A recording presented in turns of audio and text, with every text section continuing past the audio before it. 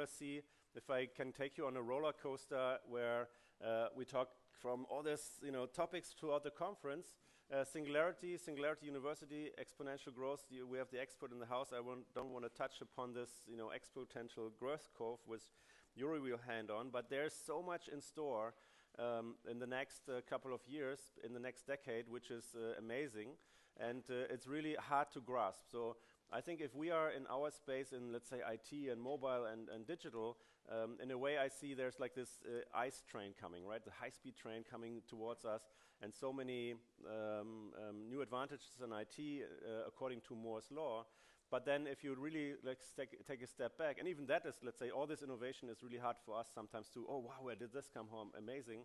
But if you take a step back, I think you have like 4 or 5 other trains coming. So nanotechnology, biotechnology, artificial intelligence, robots, and so on and so forth. And all these right now are maybe not in our radar, but I want to try to kind of maybe open up the horizon a little bit.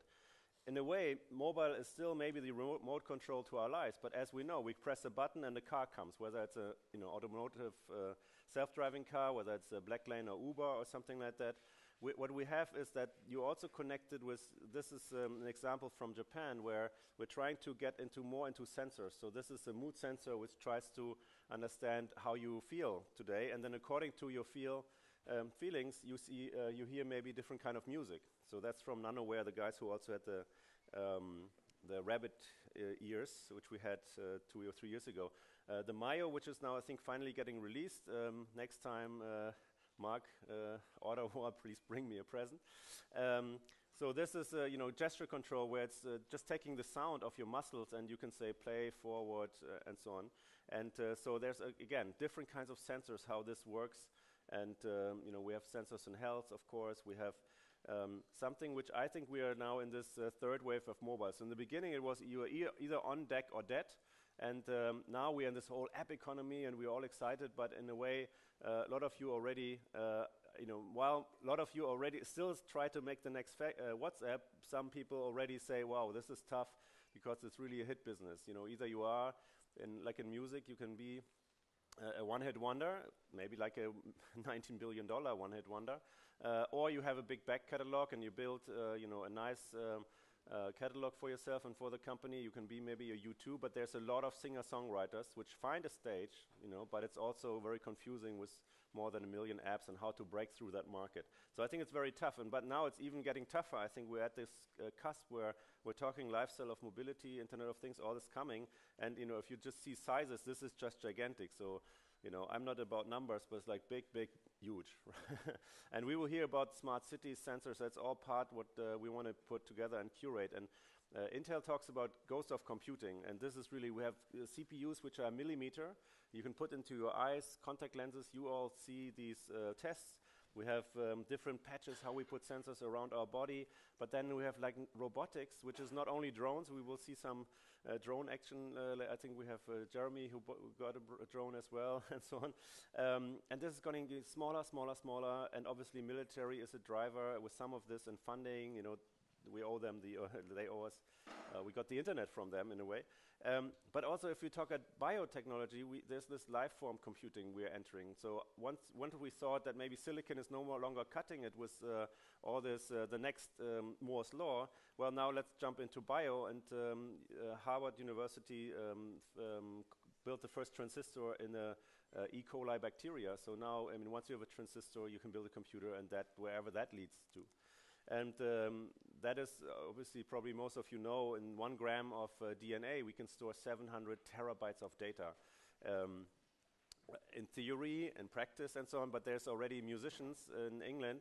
I try to get them. They, a lot of people are busy, but they put a whole musical piece already in DNA, and we have to wait. I think they estimated maybe 5 or 10 years in order to have the encryption to read whatever that music is. So he is happy. He's like, okay, it's there, and then whoever is the first to decrypt it and read the DNA. But that's crazy stuff. But we need like artists to play with the technology. And I want to try to give you a frame of reference of where I think, Salim, the first CEO or executive director of Singularity, that was one of the main sentences he said is, well, in the next 10 years, the power we have, if I had it in my pocket, it's on there, in the phone, is the size of a blood cell in just 10 years. And so what does it mean if it's 10, 20 years after that? So this is what we, will experience in the next 10 years. And I try to give this sort of all these, different things. That's why I talk roller coaster, and I see already in some of your eyes like, whoa.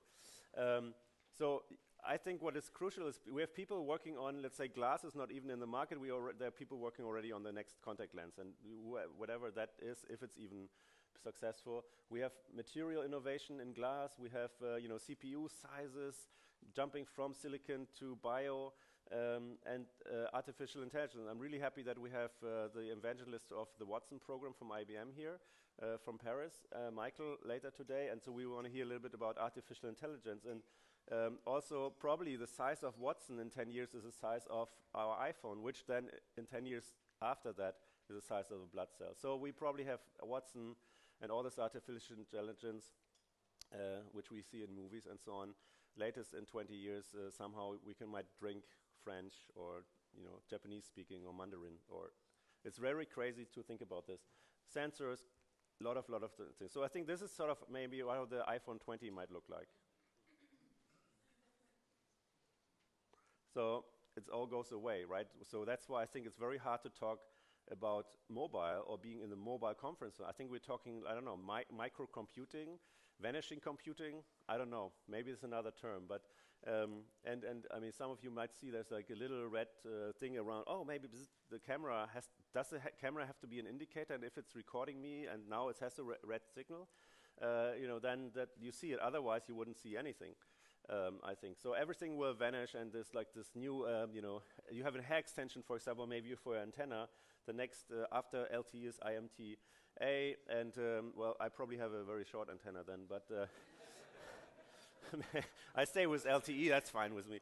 So, but all of these things. So the BPI patch from Japan might be just like tattooed into your skin, or a microphone, if it's not just good enough to take it from your bone, which Jabra is doing right now, might be just tattooed or implanted in something. And so I think obviously we're talking, it comes closer to and inside our bodies. And I want to talk the last minute or two about the inspiration. Like, who are the people actually driving this besides you guys? And I met Alan Kay in 1988. I heard it was like one of the first American business speakers I saw, and he talked about how information comes through the air, and Wi-Fi, and people, basically information comes through the air, and kids are playing with information, and they program something. It's like 88. There was no Wi-Fi, there was no internet, there was, and he said it looked like a scribble, and it looked like an iPad, 30 years ago or so. And so there's some people who are just having visions and say, okay, I think this is where we're heading. And obviously, who knows Gene Roddenberry? Okay, so creator of Star Trek. And then another one, obviously, Steve. So there's a couple of people who influenced me, and I'm amazed by them. And if you put that on a timeline, so here's 72, where Alan Kay in Xerox PARC, besides inventing mouse and all these things, he said, okay, here's sort of the sketch. And I saw that sketch, and it's like, yeah, this is it. So there's like kids in the park playing with something, and so only 2010 we have this. Gene Roddenberry in probably 1969, like, let's think about time warp and 3D printing and whatever. So we have tricorders now. Next year, Yuri knows with all the Singularity and X Prize and so on. So next year they are running a competition, $10 million. Can we build a tricorder which can beat 15 board-certified doctors? And this is sort of, information, or let's say all this, like from idea to product, took maybe 20 years or 30 years. And there's a company which was talking in Monterey, NanoSatisfy, and they basically, with Kickstarter, we hear about crowdfunding and Indiegogo tomorrow as well. 1.5, 2 years ago, they said, oh, let's be in the satellite business. Let's raise $200,000, not 200 million, 200, not even 2 trillion, so whatever NASA budgets, 200,000. Built this first satellite, it's a little box with Arduino, kick it in space, and now they're in the satellite business. A little bit funding later, and so on, but within 200 or less than a million, everybody here in the room, I think you can all realize your dreams, and you can realize your ideas. And I'm pretty sure that within the next 18 or 24 months, whatever idea you have now, let's say if you combine a sensor like this, or let's say, if I put this and I click on this, then this reacts to sound and I can hear me and this and this and this. I think, let's say 90% of what your ideas are, I think you can probably realize within the next 24 to 36 months. If you cannot do it personally, within, let's say, maybe this group, but within your peer group, you know somebody who can program, you will have somebody who has access to money and funding, and somebody who can scale it up with web and social media and so on and so forth. So the question is, why are we doing this and how are we doing this? And so, as you know, this is maybe my favorite quote from Steve Jobs, is that, well, technology alone is not where we have to, go. We have to combine it with the liberal arts, and only then it makes our heart sing, hint, hint. So I think it's very important to understand, well, what are we actually building? And I was talking at the conference in Silicon Valley, and you have people who are just responsible for hard disk, you have people just responsible for optics and sensors, but there's not a lot of people who can put this all together. Like, who's the next Steve Jobs who says, I put this and this and this, and Elon Musk. But I think there's a chance now with what I said, within the next 18, 24, I give 5 years, even everybody in this room could be one of the next person. That's what inspires me.